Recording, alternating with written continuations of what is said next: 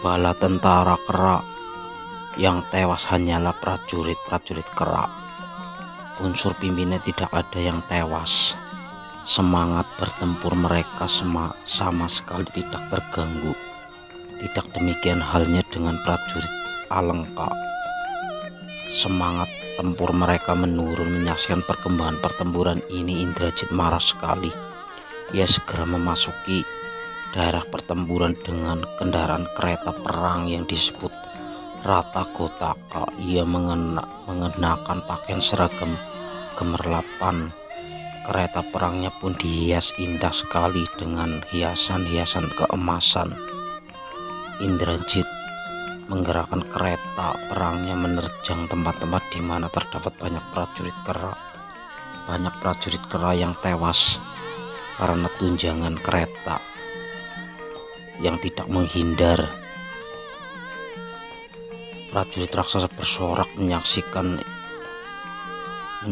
ini. Anggada melakukan sembah kepada Sugriwa dan melesat terbang ke udara. Setelah menjebol pohon sangat besar untuk senjata, setelah melihat di mana tempat Indrajit berada, Anggada segera menyambar turun tepat di depan Indrajit. Keduanya sekarang berhadapan. Prajurit Kera dan raksasa seperti mendapat perintah saja mundur, memberi tempat kepada yang akan bertempur sambil bersorak-sorak. Kedua belah pihak merasa seperti adu jago. Masing-masing dapat dikalahkan. Jago-jago itu sama-sama dari angkatan muda. Kata Indrajit, "Hei Anggada, ternyata engkau yang akan menghadapiku. Tetapi sekali engkau putra angkat Sri Rama, aku putra mahkota Alengka. Engkau putra Dewi Tara, aku putra Dewi Tari. Jadi kita berdua ini adalah sama-sama cucu Batara Indra. Apakah kehendakmu akan kulayani?" Anggada menjawab, "Memang kita berdua ini sama-sama cucu Indra karena ibu kita bersaudara. Tetapi ada yang tidak sama Indrajit, ialah engkau putra raja raksasa yang angkara murka."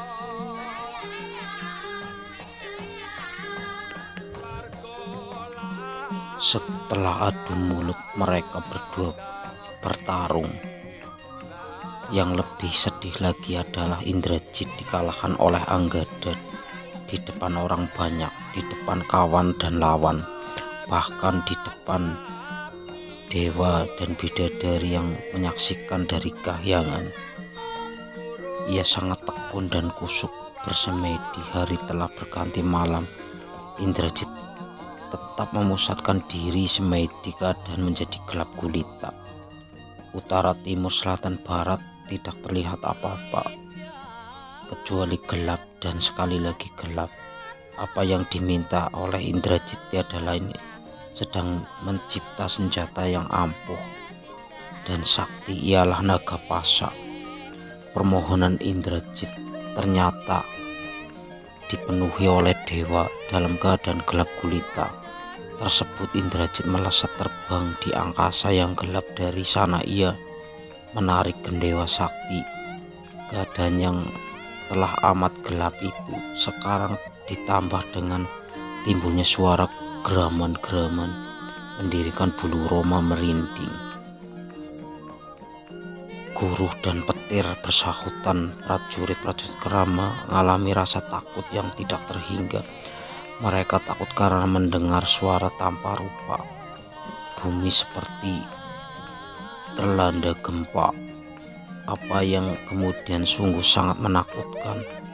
Waktu Indrajit melepas panah saktinya, maka muncullah ribuan panah, ribuan binatang naga besar panjang yang lantas menyerang musuh.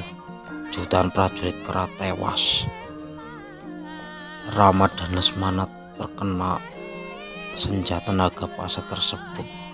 Keduanya terikat oleh binatang naga rasa yang mengikat seluruh tubuh putra Dasarata itu. Keduanya menjadi pucat pasti seperti rembulan kesiangan. Apa yang terjadi di atas diri Rama dan Lesmana hanya terlihat samar-samar oleh prajurit Kera yang terdekat karena suasana masih sangat gelap gulita. Prajurit Kera itu menangis rasa cinta kepada junjungan mereka. Tangisan mereka, "Bagaimana ini Gusti, melihat musuh saja tidak dapat, gelap sekali. Harap kami semua ini tiada lain adalah Paduka, seorang raja kami yang juga dewa kami. Kami malu belum sempat dapat berbuat banyak untuk Paduka. Telah mengalami keadaan gelap ini. Duh Gusti, lebih baik kami ini segera ditumpas saja. Sekarang makhluk tiada guna, belum sampai mampu berbakti pada Paduka."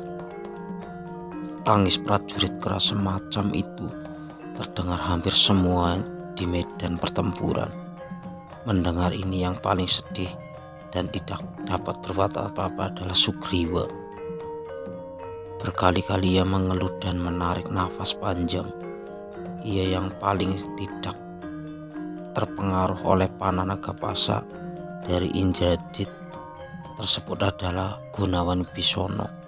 Ia keluar dari persanggahan dan melepas panah sakti ke udara.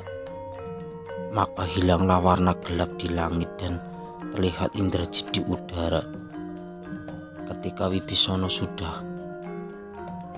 kata Wibisono, "Sudah kuduga pasti ulahmu Indrajit berperang secara licik." Indrajit sangat takut kepada pamannya. Ia segera terbang kembali ke istana. Indrajit segera menghadap ayah Prabu Rahwana yang waktu itu sedang duduk di kursi singgasana dihadap oleh para patih prahasta dan para adipati bupati. Indrajit melakukan sembah dan melapor, "Duh Kanjeng Romo, seluruh musuh telah tewas, seluruh prajurit Kera tumpas, termasuk Rama dan Lesmana terkena senjata hamba Nagapasa." Mendengar laporan tersebut, Rahwana senang sekali hatinya. Dipeluknya mesra Indrajit, dipuji putranya itu. Seluruh pusaka miliknya diberikan kepada Indrajit.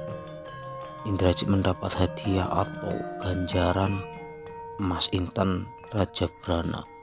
Rahwana berkali-kali tertawa tersenyum membayangkan keberhasilan putranya menghancurkan seluruh musuh dengan senjata Nagapasa. Di daerah pertempuran hampir seluruh prajurit Kera roboh.